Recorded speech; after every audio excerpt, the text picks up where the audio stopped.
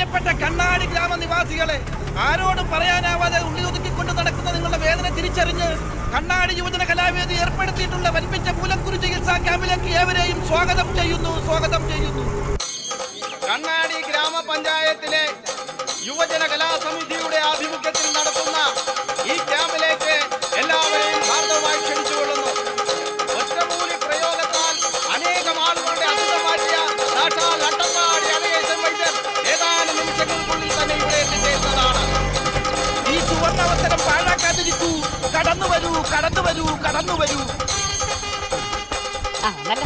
എല്ലാം ഓക്കെ അല്ലേ? എല്ലാം ഓക്കെ. കഴിഞ്ഞ വർഷം ക്ലബ്ബ് നാടകവും ഗാനമേളയും നടത്തിയിട്ട് ഇതിന്റെ പകുതി ആൾക്കാരുണ്ടായിരുന്നില്ല. ഇപ്പൊ മൂലക്കുരു ചികിത്സാ ക്യാമ്പ് എന്ന് പറഞ്ഞപ്പോ പഞ്ചായത്ത് ഒന്നടങ്കം ഇരച്ചു വന്നിരിക്കല്ലേ.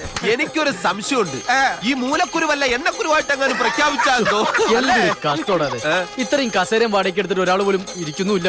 ആശം പോയി. മുഖക്കുരു ചികിത്സിക്കാനല്ലല്ലോ അവര് വന്നത്, മൂലക്കുരു ചികിത്സിക്കാനല്ലേ. എടാ, ഈ വൈദ്യുതി കൃത്യസമയത്തിന് എത്തുമല്ലോ. വൈദ്യരിങ് എത്താറായി. എന്റെ ബന്ധുവല്ലേ, പറഞ്ഞതാ. പക്ഷെ നീ പോയാ പ്രസിഡന്റിനെ ഒന്നിങ്ങോട്ട് വിളിച്ചോണ്ട് വാ. ഞാൻ ഓട്ടോ ഒന്ന് എടുക്കണേ. ഇത്തിരി പെട്രോൾ അടിച്ചോ? അനൗൺസ് ചെയ്തോ? പെട്രോൾ അടിക്കാനുള്ള കാശൊന്നുമില്ല ചേട്ടാ. പഞ്ചായത്ത് പ്രസിഡന്റ് ബാനർ റെഡിയല്ലേ? എപ്പോഴേ റെഡി? എന്നാൽ ഇനി സമയം കളയണ്ട. നാട്ടുകാരുടെ മുമ്പ് പൊന്നുമോളൊന്ന് ഷൈൻ ചെയ്യട്ട്. കേറ്റി കെട്ടട ബാനർ കട്ടബൊമ്മ. അതെ, കഴിഞ്ഞ കൊല്ലത്ത് പോലല്ലാട്ടാ. ഇവർക്കൊക്കെ കാശ് കൊടുക്കണം, ഞാൻ മാത്രം ഫ്രീ ഉള്ളൂ. ഇക്കൊല്ലം പറ്റിക്കില്ല. പേടിച്ച് കുത്തിയില്ലേ? എവിടെ കുത്താൻ? അത് ശരിയാ. കിട്ടിയതാരാട്ടാ? അതെ, എനിക്ക് ക്യൂ നിൽക്കാൻ വയ്യ. ഒരു പൈൻറ്റുമായിട്ട് തട്ടി. ഇത് ബീവറേജിന്റെ ക്യൂ അല്ല, മൂലക്കുരുവിന്റെ ക്യൂവാ.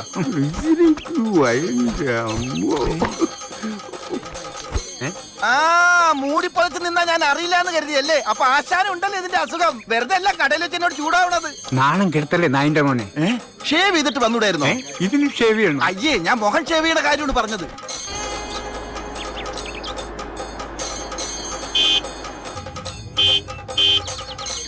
എന്താടി സ്കൂളിന്റെ മുൻപിൽ ഒരു ആൾക്കൂട്ടം?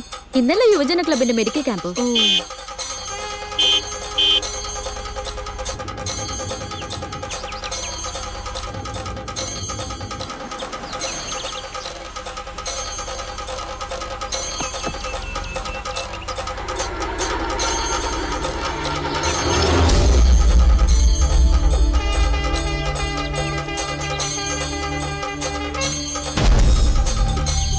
ഇത് നിന്റെ ഫോട്ടോ ഇല്ലേ?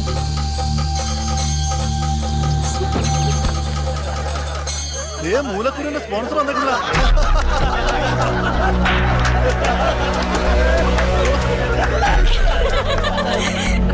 ഏതായാലും നല്ല ഫോട്ടോ.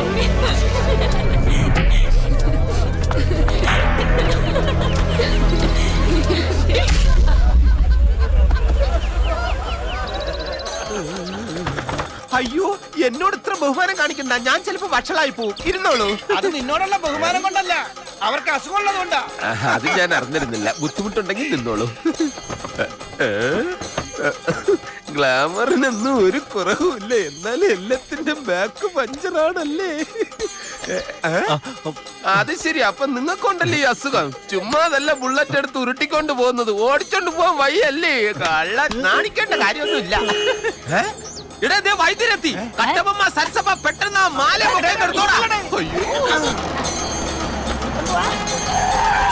മാല ഞാൻ ആദ്യം ഇടും. എനിക്കതാ ഇഷ്ടം. അയ്യോ,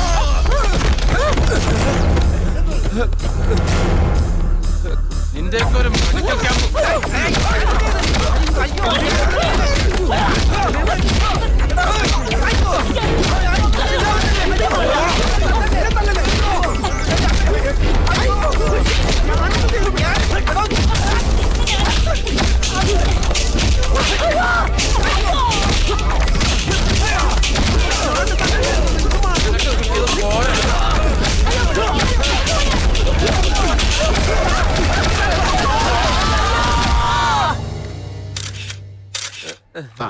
ഒന്ന് തിരിഞ്ഞ് ബാക്കൊക്കെ മാക്സിമം ആണ് തിരിഞ്ഞേക്കുന്നത്. നാട്ടുകാർ കമ്പിപ്പാരയ്ക്ക് കുത്തി മറിച്ചിട്ടേക്ക. അയ്യോ, അതെ, വർക്ക്ഷോപ്പിൽ വച്ചിരിക്കുന്ന അതേ സൈസിൽ പ്രിന്റ് ചെയ്യണം.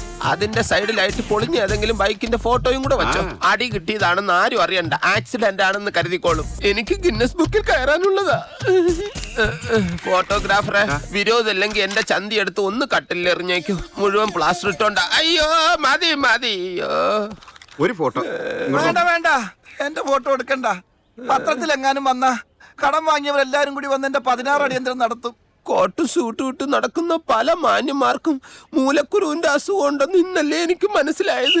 നിന്റെ കുഞ്ഞമ്മയുടെ മകൻ അട്ടപ്പാടി അഴകേശം വരാതിരുന്നത് നന്നായി.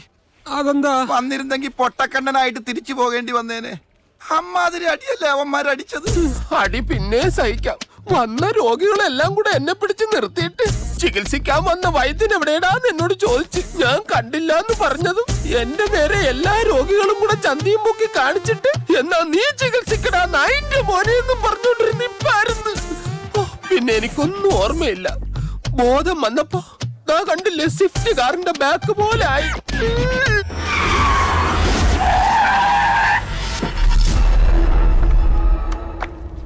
എന്താവോ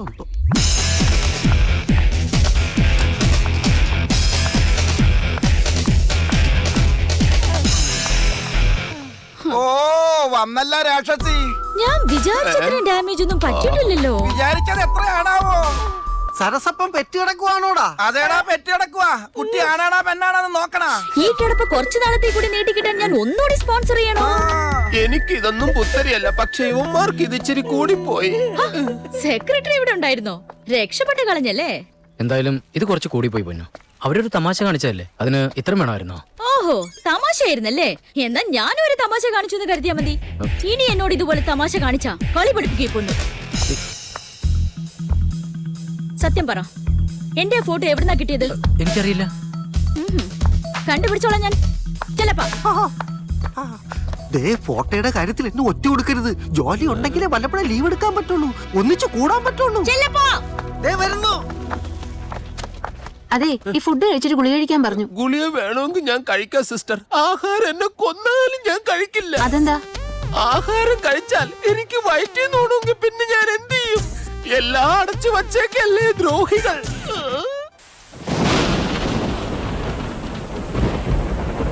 ഓ നല്ല എമണ്ടൻ ഇടിയും മിന്നലുവാ. നേരെ അത്രേ സമയത്ത് വീട്ടിൽ വന്ന് കയറണം എന്നുള്ള വിചാരം എന്തെങ്കിലും ഉണ്ടായിട്ടുണ്ടോ അവന്? മഴയായതുകൊണ്ട് ക്ലബ്ബിൽ അങ്ങനെ കിടന്നിട്ടുണ്ടോ? ആദ്യം ആ ക്ലബ് എവിടെ തല്ലി പിടിക്കണം. ഒരു സെൽഫോൺ വാങ്ങിച്ചു കൊടുത്തിരുന്നെങ്കിൽ ഇപ്പൊ വിളിക്കായിരുന്നില്ലേ? എങ്ങനെയാണ്? ഇനി അതിന്റെ കുറവ് മാത്രമേ ബാക്കിയുള്ളൂ. തന്നെത്താൻ അധ്വാനിച്ച് കാശുണ്ടെങ്കിൽ സെൽഫോൺ വാങ്ങിക്കട്ടെ. വെരികിനെ കൂട്ടിലടച്ചതുപോലെ ഇങ്ങനെ നടക്കണ്ട, അവൻ വന്നോളും. ഈശ്വര, നനഞ്ഞു കുളിച്ചിട്ടാണല്ലോ വരവ്.